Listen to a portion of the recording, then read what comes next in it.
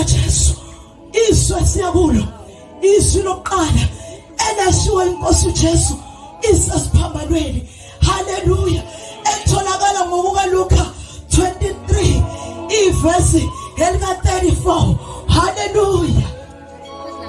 Salando kubuhlungu, salando ngegazi, wakha igazi enqabileyo ngoba abapristi babengena ngamagazi embuzi lelezimvu, kodwa khona umuntu owezane lakhe igazi ngoba ezolanda umuntu waqaquthela imbuzane nakumlanda umuntu futhi alakonamsiza kodwa izolo liyayimboza masesila isono sivane sithathelelwe uhambe sewu-free kuthiwa you are sin free egameni likaJesu. Sebetholile abazalwane sihloko sakhona uJesu sesiphambanweni. Verse 34, kepha uJesu wathi Baba bathethelele ngokuba bakwazi abakwenzayo, babelani izinqubo zakhe benzelana inkatho. Baba izwi lakho leliphilile linguqobo ligcobe ngayo uKristu Jesu Nkosi namandla. Hallelujah. Senyukele entabeni ethiwa ikhanda, akukho kunye kwenza thiwa basebembethele lento ethelelwa akayenze sasokwenziwa, akayenzi lento ethelelwe sasoshawa, kodwa ushayiwe wafelwa ngamathe wathukwa kwenziwa konke. Sometimes bayimathuma bemvesa uJesu bavesa umuntu omboziwe, kodwa uyabona ukuthi kahle kahle wayenqunu ukuze uphathiswe thina. Namhlanje sihamba simphethe ngenxa kaJesu owaleka esiphambanweni abazalwane enqunu uyeke nokwamaroma ambethisiwe yewe inqunu lowomuntu washayiwe ukushawa kwakhe wayengasabonakali ukuthi ungubani. Yingakho baye bantolikeleli lizwi abantu abangakholwa ababize ngamaGriki. Upostoli Pawuli athanda ukuhlakanipha, yibo laba abantu babentolika bathi Baba bathethelele ngoba kusiyana nobathi nginguye ngoba bathi amaJuda ayefana. So aba-understand ukuthi kwakunguye kwakumele bo hayi bo kwakumele kwakumele ukuthi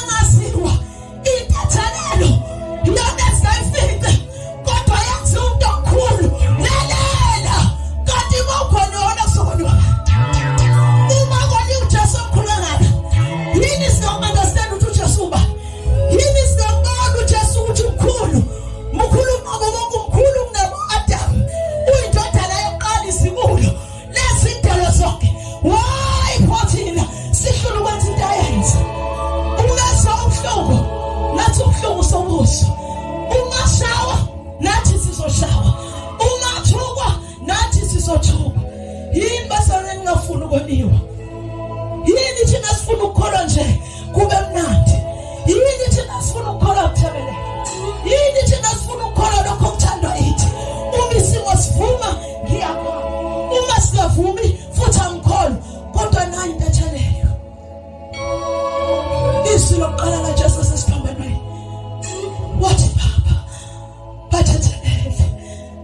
bathethelele ngoba bakwazi abakwenzayo. Vele babe nasi ukuthi uzolanda bona, ngoba umuntu umezolandwa yena akaqondi ukuthi umusele uzolanda mina. Ubona ngathi unesicafana kanti kuzolandwa yena ukuze abe sesidlengela ihlweni nenkosi ngelinye ilanga. Ntethelelo bazalwane, asikobanjwa intethelelo. Ebandla ithelo ngegama lenkosi yethu enguYesu Kristu, amen.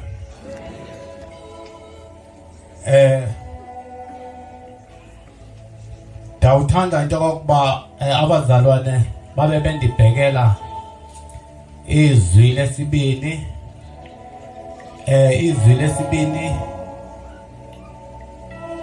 liku Luka 23 ivesi ngu-43. Izwi lesibini ngawucela mthatha ushekela Benya ulifunde izwi lesibini. Isihloko ke nakhona siyasho sithi ukubethelelwa emnqamlezweni. Ngicela babushekela unifunde. Luka 23 verse 43. uYesu wathi kuye, inene ndithi kuwe, namhlanje uyakuba nami eparadise. Amen. Cela babu. Baba, lizwi lakho liphilile linamandla. Fihla umgcotshwa wakho sive wena njengoThixo. Baba, laphalale lakho igazi liphalalela thina. Vuselela Baba sekhe, siqinise ngalo. Mise Baba Thixo wethu athethe ukulunga kwamazulu. Simamele wena njengoThixo. Vela Nkosi yamakhosi, in Jesus name. Hallelujah bazalwane. Siyalizwa ke izwi lesibini. Yesibhilekeni. Uma kwesibhilekeni zabaleka ibhila zangena emkhotsheni. Kuba kwesta intelligent yeta phezulu. Uma kwesta intelligent yeta phezulu. Kubaleka izinto zibaleka ziyosifisa. Kuba kweste imbila ekeni. Njengoba isata ngimbila ekeni igadile inomhlambi ayithi igade umhlambi wayo okuba ungenzakaliswa. Hey. Igade umhlambi uba ungenzakaliswa. Ithi sakuba ikhalile ziyalazi ixilongo lengozi yokokuba lingachitheka igazi. Athi amaJuda bethelele emnqamlezweni. Asho amaJuda bethelele. Athi amaJuda bethelele emnqamlezweni. Wathi uPilato bethelele emnqamlezweni. Athi amaJuda bethelele emnqamlezweni. Wathi uPilato bethelele emnqamlezweni. Wathi amaJuda bethelele emnqamlezweni. Wathi uPilato bethelele emnqamlezweni.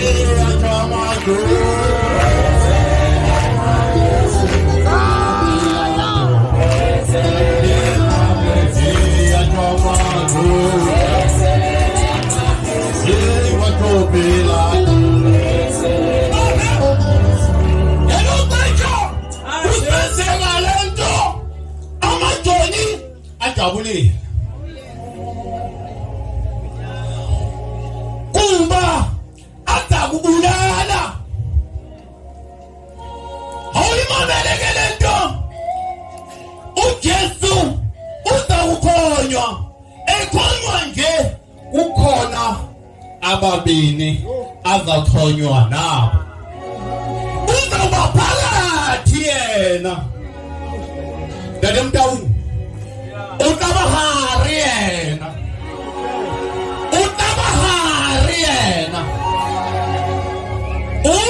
mumona hubona are haba ni mwena umura wa mulimu aule mura wa mulimu ni kreste ulipuluse luena ulipuluse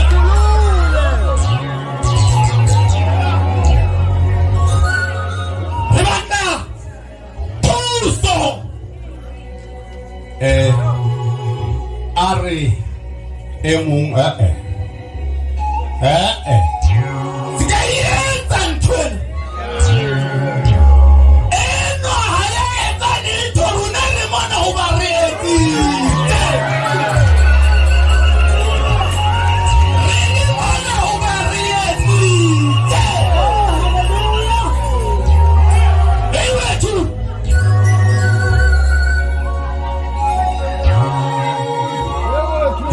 lento xa izawenzeka khawumamele le nto xa izawenzeka sisuka apho kukolelwa umntu ezi zinto ziyalandelelana uma ngabe uyawanakisisa mazwila ziyalandelelana apho kweli lizwi kuxolelwa umntu namhlanje ndawuba nawe eParadise kabawo uxolo lukhona ayisathethwa laa nto yokuba ebemothile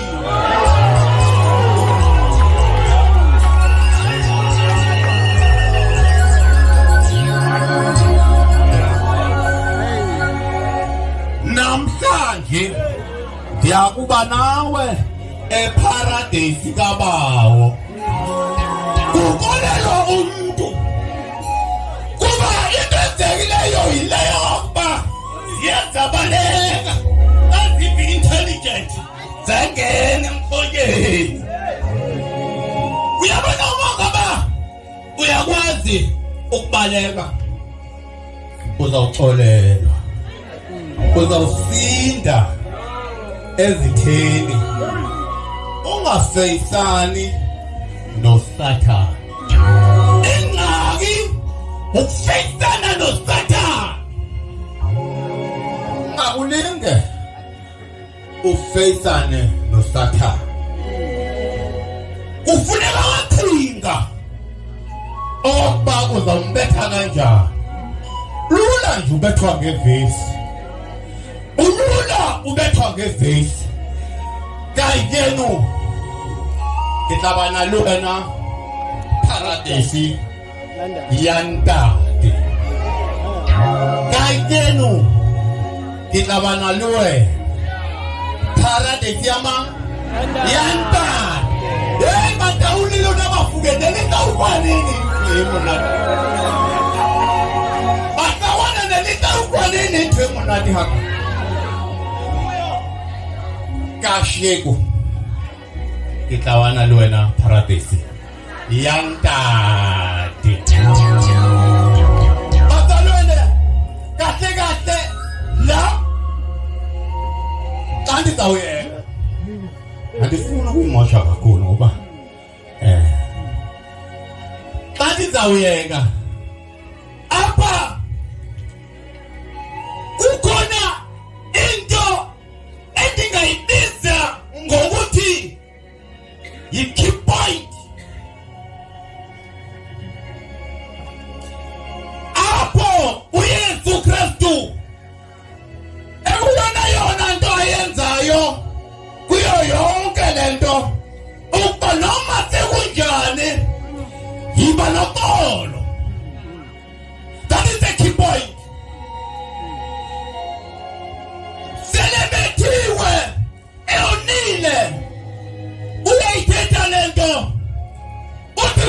ngiyacela wena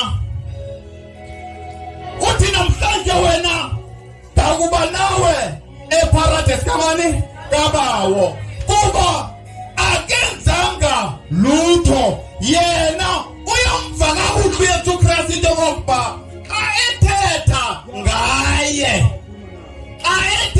ngaye uyazibona into ngokuba thina sigwetywa nje kuba sonile yena kona nganto ngalitwayi wakwazi ukuthini uxole. Hallelujah.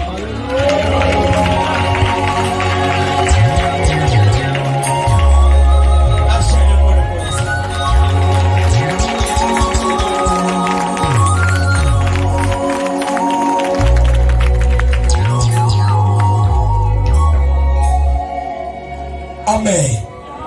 Bazalwane, ngiyumntwana kaNkulunkulu ngisindisiwe. Ngiyakholwa ngithanda uJesu ezinsukwini engiphila kuzo. Nganqoma uqedwe esho Paulos wathi angisafuna ukwazi okunye ngaphandle kukaJesu Kristu ebethele. Kusho ukuthi uKristu Jesu uma ebethele ukumazi kungaphezulu kokwazi isonto. Kungaphezulu kokwazi ngisho umholi wakho. Hallelujah. Uthi ngimazi yena ngazi namandla amvusile kwabafileyo. Ongcwele ngicela umfowethu baba uMshumali Ntumayo aphuthume azongifundela egameni likaJesu. Ngiyakholwa namandla amvusa Jesus kwabafileyo. Ngicela bakwami uvule uchapter 14 iverse elilodwa, uvule uchapter 17 iverse elilodwa, bese singena kuyibase lesiphambano.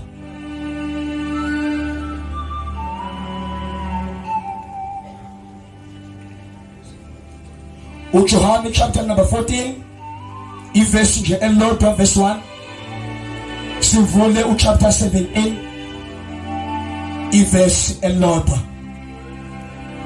bese singena kuleli verse bazalwane uJohane chapter 19 verse number 27, mhlambe 26 and 27, bese siyathandaza. Hallelujah. Asifunde bazalwane John chapter 14 verse 1. Inhliziyo yenu mayingakhathazeki.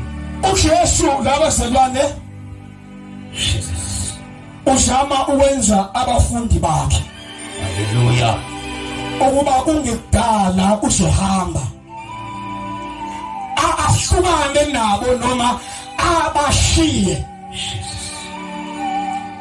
Kosi abanye wayeqonda ukuthi uJesu inhliziyo yabo ayikho kulento ayashumayela ngayo, ayikho kulento emangalisa ngayo, abanye ayihlezi kuye kodwa ingekho kulento ayekade ekhuluma ngayo. Ngeliphindi verse lokuqala Inhliziyo yenu yebo mayingakhathazeki. inhliziyo yenu mayingakhathazeki. Kholwani uNkulunkulu. Jesus. Hallelujah. Bazalwane sonke isigameko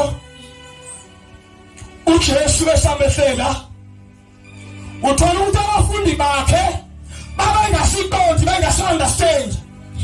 Kodwa sa-understandwa uSathane namadimoni yonke indaba yokubethelwa kukaJesu abakhe abaseduze kwakhe bengayi-understandi lento. Jesus. Chapter 17 from verse 1. John chapter 17 verse 1. uJesu wakhuluma lokho. uJesu waphinde wakhuluma again lokho. Wasiphakamisela Waphakamisela amehlo akhe ezulwini. wathi Baba, Wathi Baba, isikhathi hallelujah.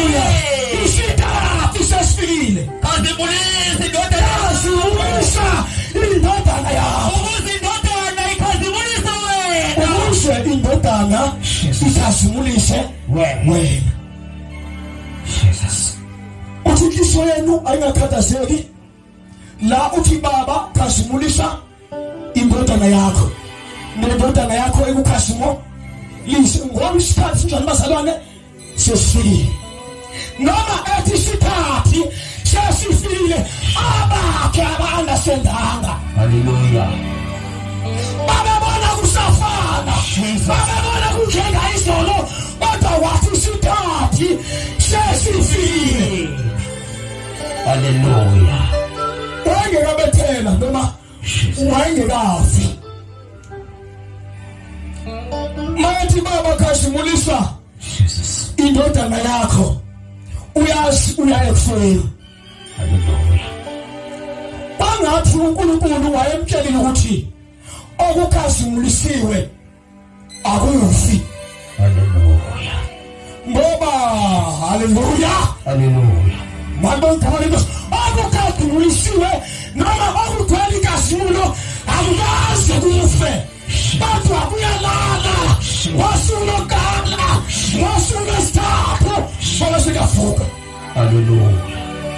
Into efayo ingavuki engakhazimuliswanga. Hallelujah. Ayikho into efayo ikunaphakade engena emangcwabeni kanti igcwele inkazimulo. Hallelujah. Jesus. 19:26-27.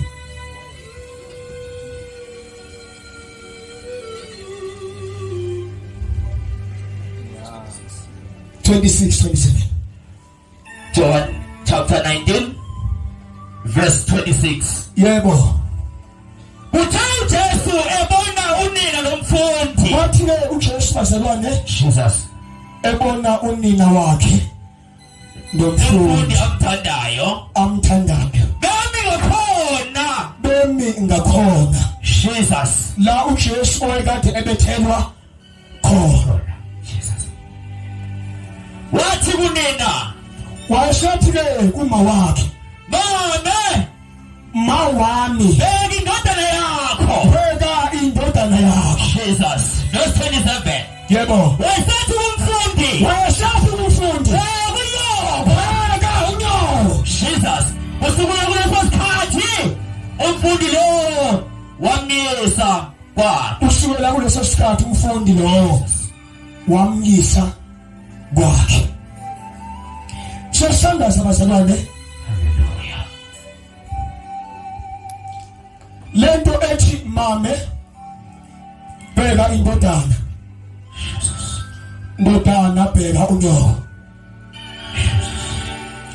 uJesu wayesebona ukuthi yonke lento Hallelujah. yokulinyazwa kwakhe yokubulawa kwakhe Hallelujah. noma eyokubethelwa kwakhe isiya egcineni. Wayeshe edinga abantu abambonile bazalwane abamqondile abamazi kangcono.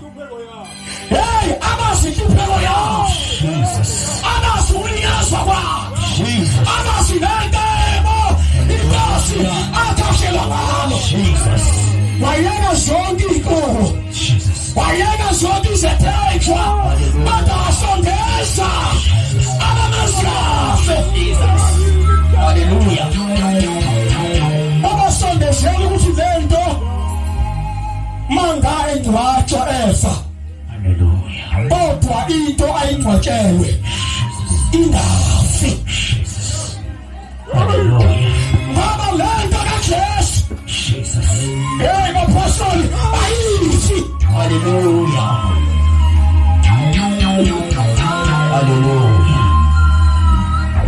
I surely believe bazalwane nobaba wethu Bishop Mshwane inkosi ihlele umthatha ibandla lonke International Revival Ministries mhlambe ngeke lithola ithuba. Hallelujah. Hallelujah. Umlayezo All right. kodwa bakhona bazalwane abasezethu sokwa abamazi kangcono abayazi kangcono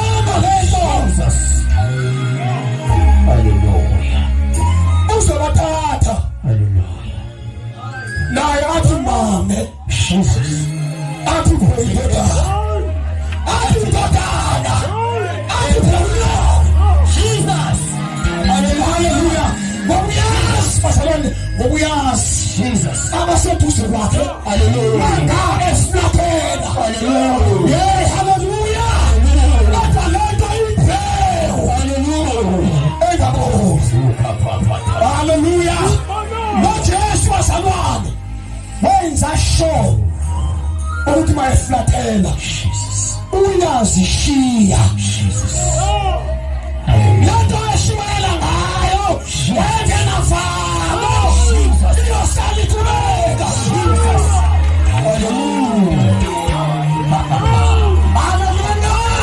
Hallelujah. Inkosi basalwana ibandla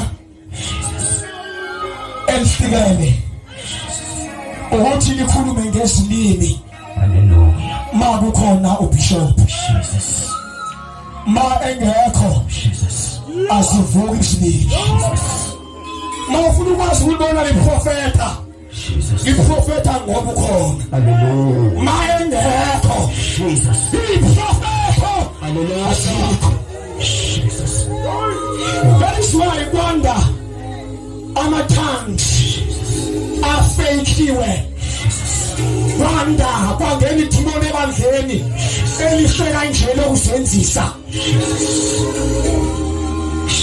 ma ibandla lonke lisenzisa lo obiswe ukusemandla ifesikathela elizoshabana uJesu wameja wenza sure uzosondesa uma wakhe asondesa indoda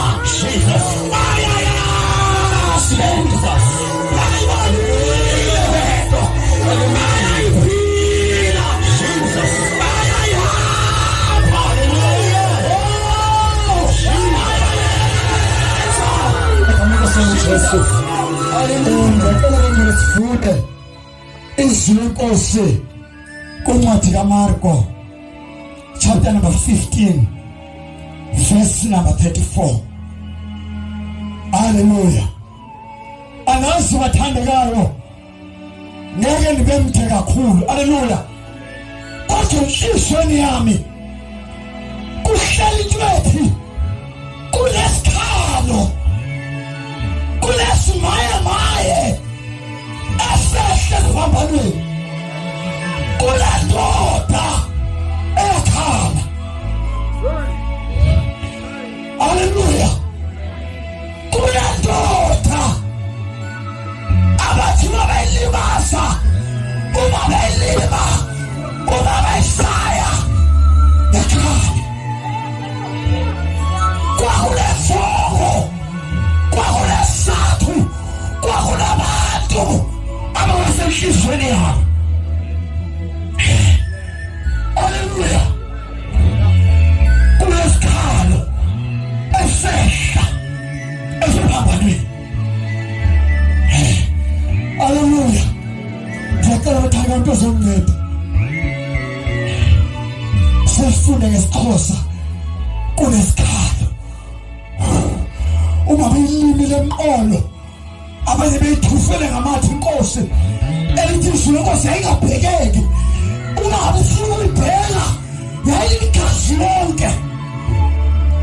Uma ufike esiphambanweni kwanamazwi wadida kwanesikhalo. Hallelujah. Uyaqonda enhlizweni yami ngehla sikhala ngikhalima ngabanye bekhala obe nendawo yokukhalela. Ujesu ekhala noma ukhala wazwakhala kuqala uzwakhalela esifubeni sakhe. Hallelujah. Ngizothi namhlanje bangcwele uJesu wena sekhala esiphambanweni inyembezi zakhe zisahlala esifubeni sakhe. Wayifuna ngabe ukhala ekuthatha kubele esifubeni akubele phezu kwenyembezi awakhalayo. Kulesikhalo kulesimayemaye kulamahla asesikhalweni. Ngiyacela tata ufunde Oh Jesus. Matthew 27 verse number 46. Marko chapter number 15 verse number 34.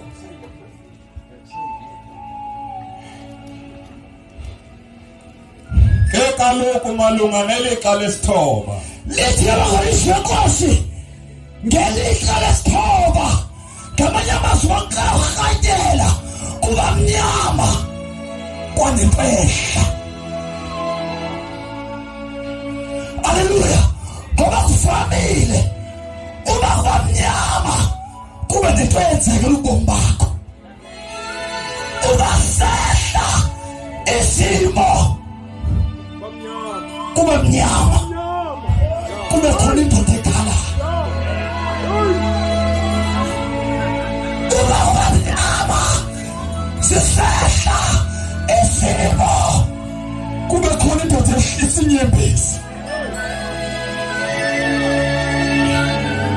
Ndiyavaleso uba sehla sisehlele emanqebeni akhe mhlawumbi wakutshothozela inyembezi zikendaweni uba zibe netyiwa ungazityela emanxebeni mhlawumbi siwenza bebuhlungu kakhulu kodwa wakhala.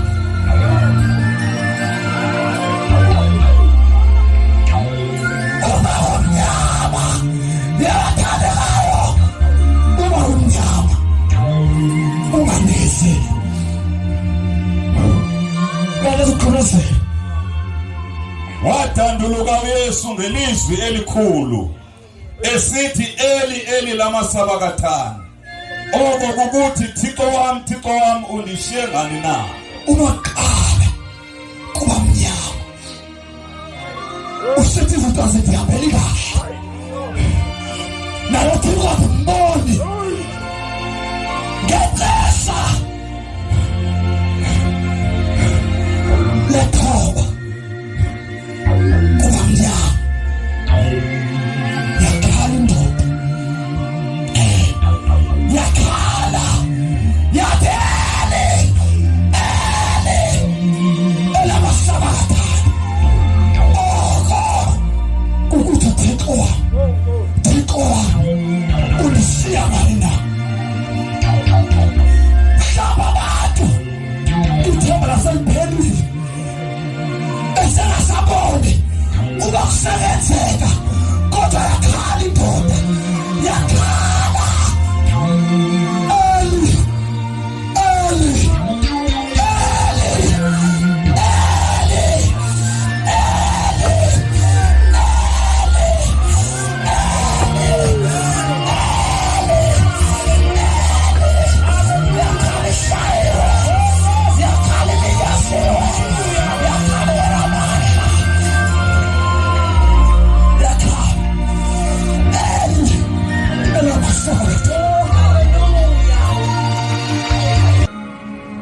Hallelujah.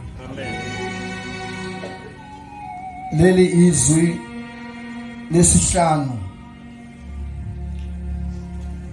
sizothola kuJohn chapter 19 verse 28.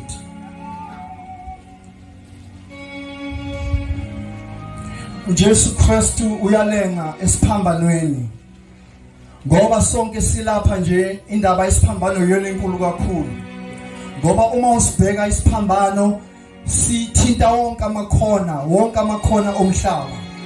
So isiphambano siyakuthinta noma ngabe ungena ndaba naso.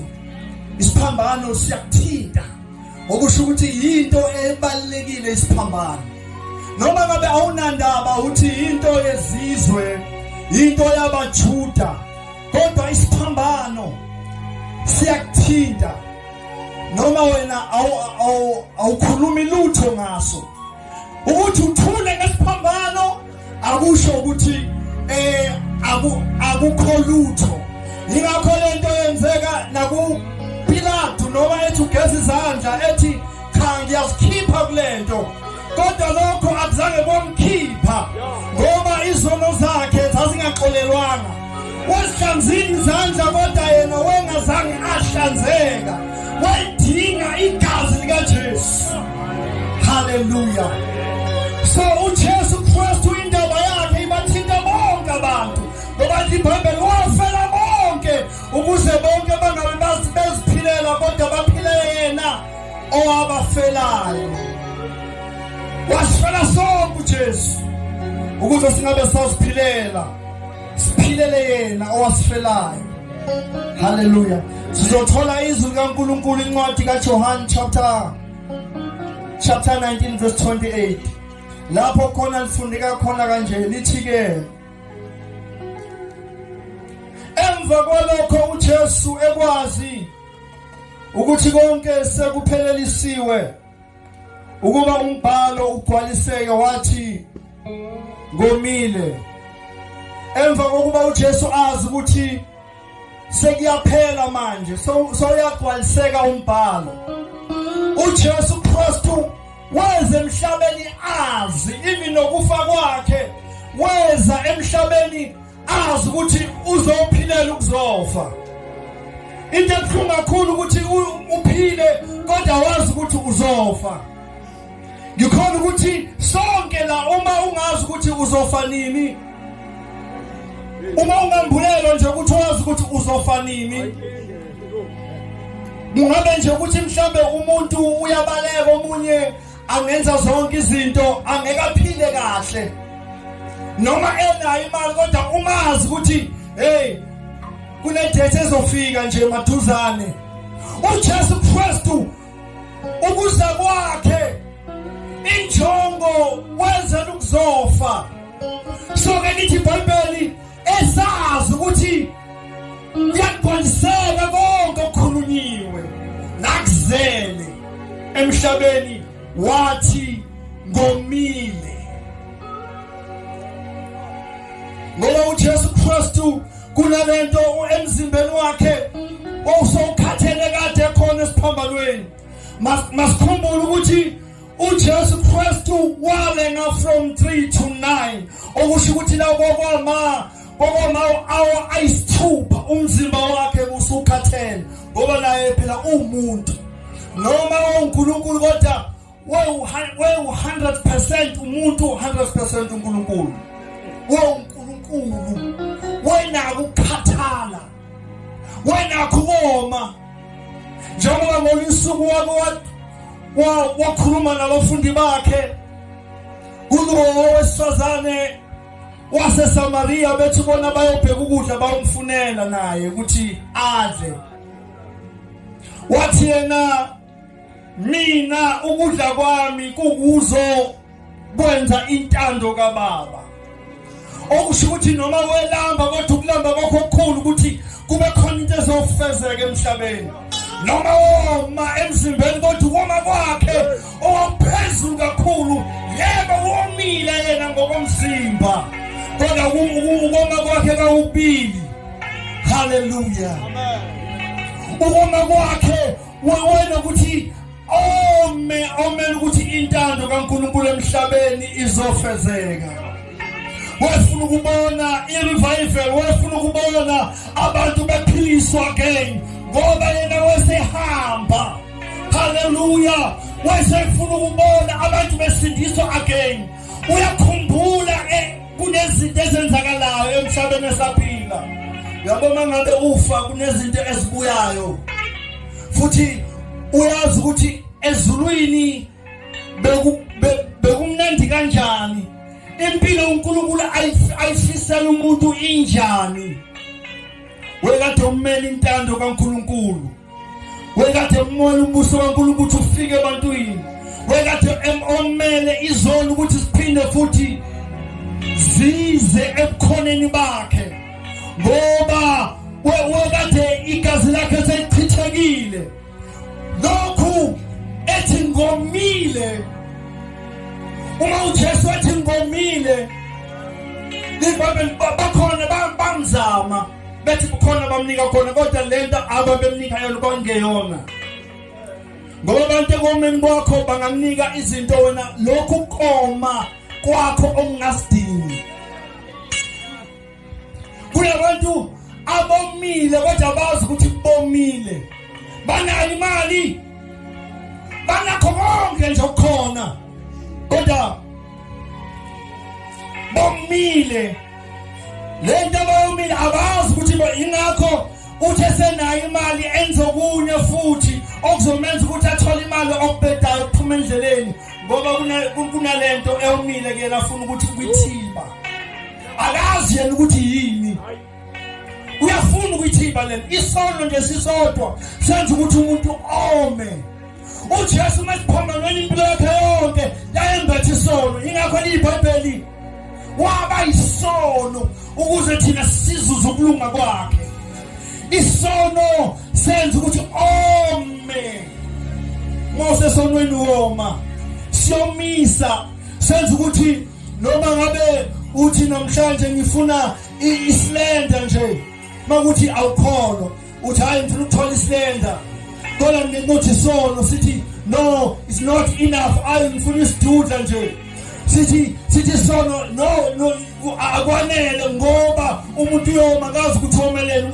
kusasa ufuna lokho ufuna lento ayifuna akazi ukuthi yini kodwa uJesu Kristu kuphela onamandla okuthiba ukoma lento yomelo uJesu nayo haleluya lento yomelo ukuthi uJesu nayo wena uthi uwomile khona komele nawe ukwazi omunye uzangenethele ngoba engazi ukuthi omelele bamshaye abambize ngokuthi phaka ngoba khona lento kade yenza kodwa akazi ukuthi umelele ngoba isono senza ukuthi umuntu ome uJesu wazibona ephila ezweni elikude noNkulunkulu ngoba wenzisa ukuthi manje isono simenza ukuthi abe kude noNkulunkulu haleluya isono sasimbozile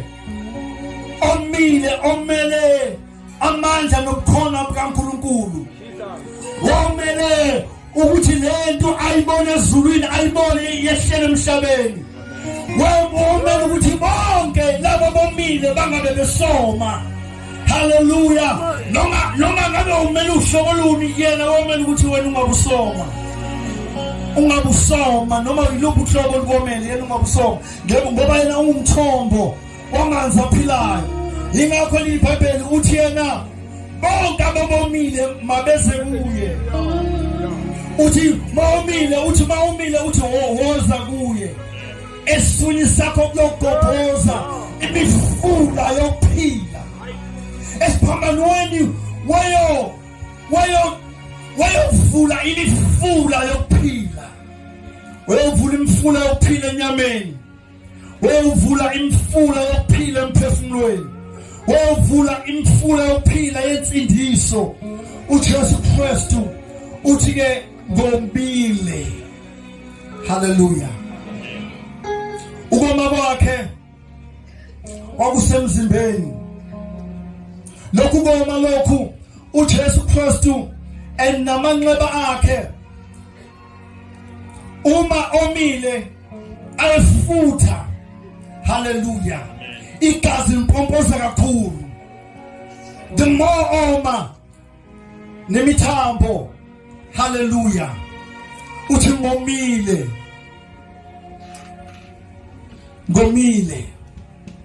ungabe umile namhlanje ukhona woma ivangeli luxolelwa kwezono lingamandla lingezono alisile ngokuthi abantu babe right babe nemali kuhle kuba nemali kodwa uJesu weza haleluya ukuba sifinyelele ebukhoneni bakhe umuntu nomuntu afinyelele entandweni yakhe umuntu nomuntu afinyelele ekutheni ekomeni kwakhe yena wezohlangabezana nesoni ukuthi isoni asidonse lephileni singaphinde sona Nkosi manibusise yebona bazali uJesu uthi nginamandla okuthatha ukuphila kwami ngiphinde okulahla ukuphila kwami ngiphinde ngikuthabathe nezobazalwane uthi bona futhi dilizani lelithempeli uthi mina ngizophinde ngilivuse futhi nezobazalwane uJesu wayekade enamandla wonke ukuthi kuso sonke isikhathi lesadlule kusona sobuhlungu eshawa uJesu wayekade enamandla bazalwane ukuthi asho lamazwi lawo ngoba wayekade enikeziwe igunya namandla ukuthi angakuthatha ukuphila kwakhe angakubeka ukuphila kwaphinda kuthabathe uJesu kwakubuye ngoba wayekade enikezwe ukuthi lezi zinto lezi zokushawa zokulinywa angadluli kuzona. Ingakho uJesu ngolusuku ethi methanda zetini nasengethi imali ethi makungabi ngentando yami kodwa ngidulele sinje kodwa kungabi ngentando yami ngoba uJesu wayekade enamandla onke ukuthi ukuphila kwakho engashesha kubeke kodwa kwakunezinye zezinto ezazimphoqa ezazingasebenzi ngasentandweni yakhe ukuthi akalinde isikhathi esiright.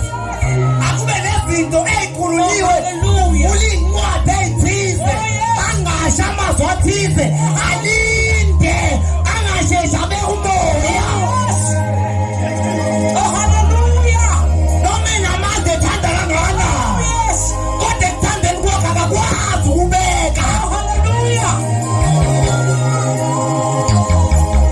Abazalwane uyabona uma ukhonza uNkulunkulu umkhonza ngeqiniso nangesiminya awukwazi ukwenza ngentando yakho. Oh haleluya.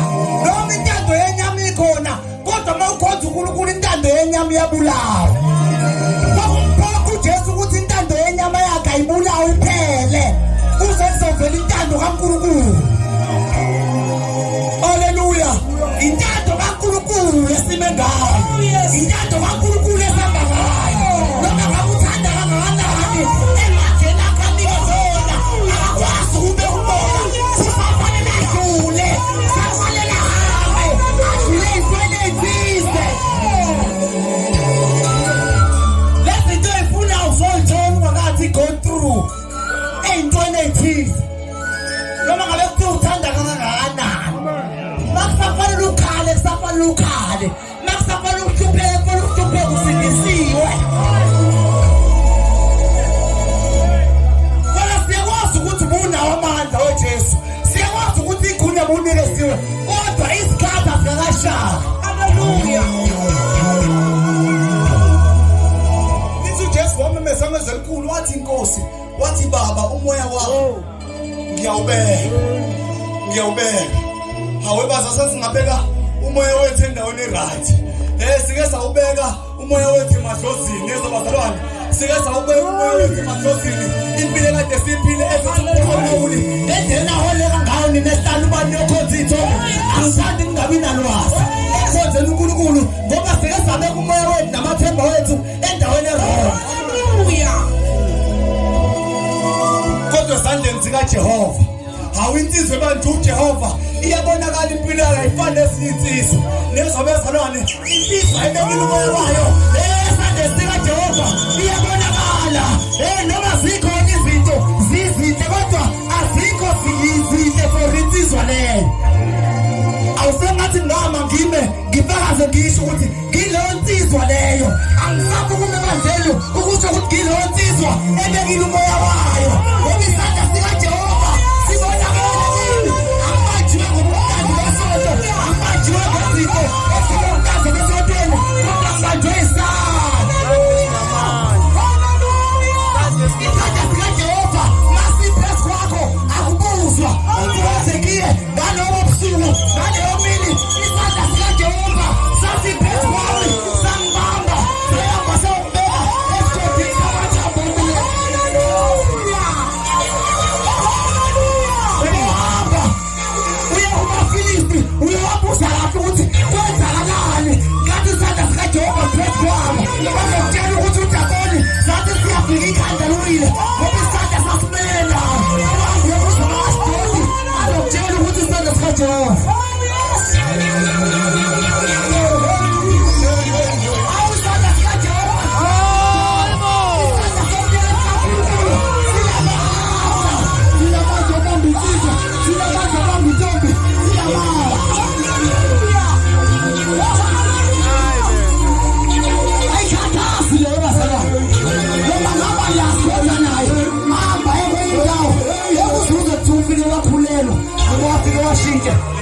Wakhulelisa ngoba isandla sikaJehova. Ngoba Jehova iBhayibheli uyangena aphinda phela isandla sikaJehova. Amandla negunya. Hallelujah.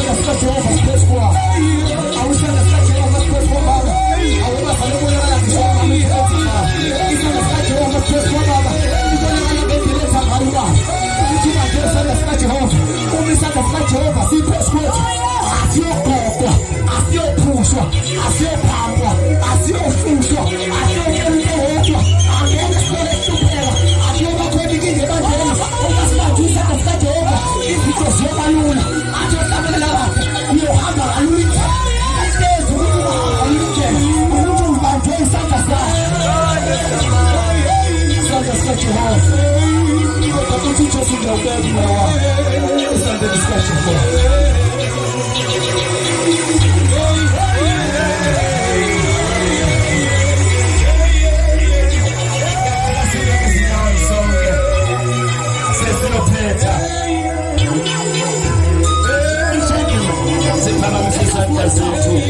Our Father, the evangelist, Mr. Jesse, let us give God the big kind of applause in the name of Jesus.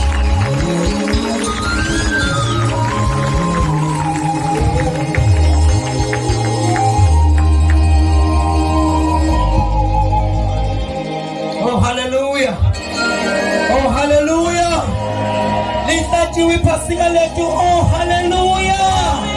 Oh, hallelujah. Hallelujah. Hallelujah. Oh, hallelujah. Itati tuwa mpingalende kamendiga Jesu. Our Father and our Mother, Babu Bishop, no mai kamendiga Jesu. Kristu wa Nazareta, gibingalele Holy Bonke, obkhona bazalwane phakathi kwale ndawo. Ekamendiga Jesu, oh mama, oh baba, abasha ekamele lihlele Nkosi yethu Jesu, abafowethu oh baba, nabasha ekamele lika Jesu, siyabingelela bazalwane. Amen. Sifunda izwi bazalwane lokugcina alibonke igama lika Jesu. Chapter 23 ekaLuka. Ngizocela silifunde naleli bazalwane ngoka John chapter 19 egameni lika Jesu from verse 30. Soqala ngoka John chapter 19 verse 30 sibese siyo funda naleli egameni lika Jesu. Oh wenzini Zulu kanye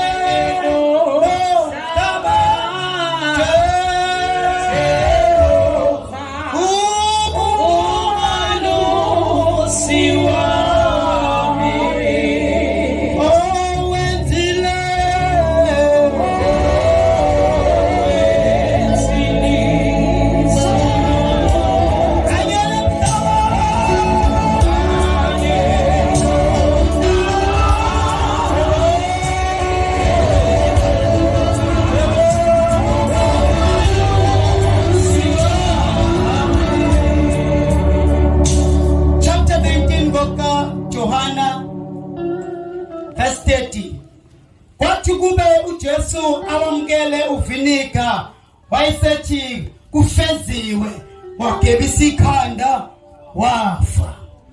Hallelujah. Alibonga igama lika Jesu. Awufunde naleli futhi bazalwane ebukhoneni benkosi. Verse 46 Luka 23. Jesu wamemeza ngezwi elikhulu wathi, Baba ezandleni zakho ngiyawubeka umoya wami. Eseshilo lokho wafa.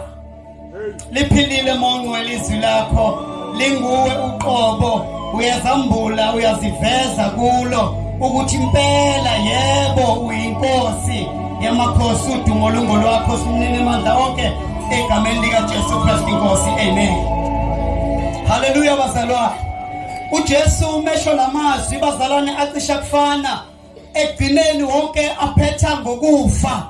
Amen. Sawamkelele uvinika wonke besikhanda wathi kufeziwe wafa. Siyamthola kwelogcina futhi uJesu ukhuluma amazwi afanayo naseqaleni usethi, Baba ezandleni zakho ngiyawubeka umoya wami. uJesu bazalwane kwelami icala ngibuka Baba umngadi enza inkonzo from kwizwi lokuqala azoyiqeda la ebeka khona umoya wakhe kubaba wakhe. Lento ayenzayo ngalamazwi asikhombisa ukuphelela kwenkonzo, kukhwikho kwakhuluma, kodwa ukwenza lamazwi njengoba u7 kuthatha sometimes iminyaka. Abanye bafa lamazwi u7 bengawafezanga ngoba kuthatha isikhathi ukwaqeda. uJesu bengabantu kumoya uveza kimi bazalwane isign yokuphenduka okupheleleyo abese ebeka inkosini. Ngoba uJesu uthi umpostoli Paul kumele sife maqondana nesono ngendlela izono wayekade ezimumathe ngayo wayengeke kwazi ukuthi aphinde abe ngcwele engaqalanga afe. Ngokunjalo mina nawe ngendlela izono esikeza simumatha ngayo kumele kube siqale sife maqondana nesono siphenduke sihambe sobhabhadisa sithathe umuntu omdala sibe sesamukela umuntu omusha. Athi umpostoli Paul umuntu uMkristu Jesu uyisidalo esisha athi omdala kuyedlula abesethi bheka kuvela omusha ngoba umelwa ngokufa andukuba kuvela into ezintsha.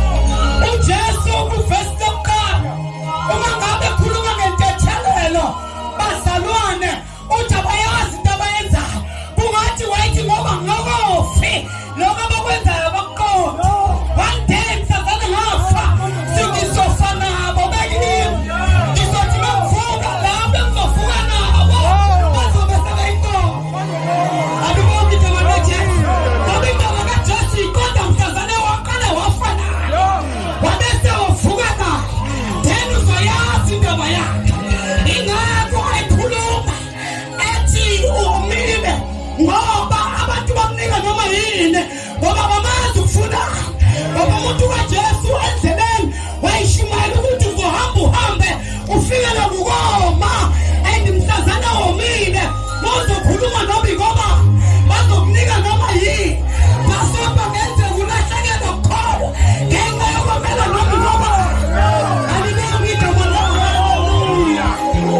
uJesu bazalwa uma ekhuluma nendodana nonina uveza ibandla lakhe ukuthi beke nafa labo engizovuka nabo baze benze ukubhekana benze benze ukubuyisana babodwa bathandane babodwa wabese uJesu ethi Baba esandleni zakho ngiyabeka umoya wami ngizothi mina sengifana ubekene esandleni sikaJesu ngoba umuntu bazalwa ikanuko umuntu oqonda ukukhona ofuna ukuphila impilo engcwele uthi Baba esandleni sakho ngiyayibeka ikanuko yakho odlizono athi Baba esandleni zakho ngiyasibeka izono zami kuwe ukuthi abantu ukuthethelele elasigabeni nkethini uyabeka umoya esandleni senkosi uyabeka umoya akumoya ubekeke.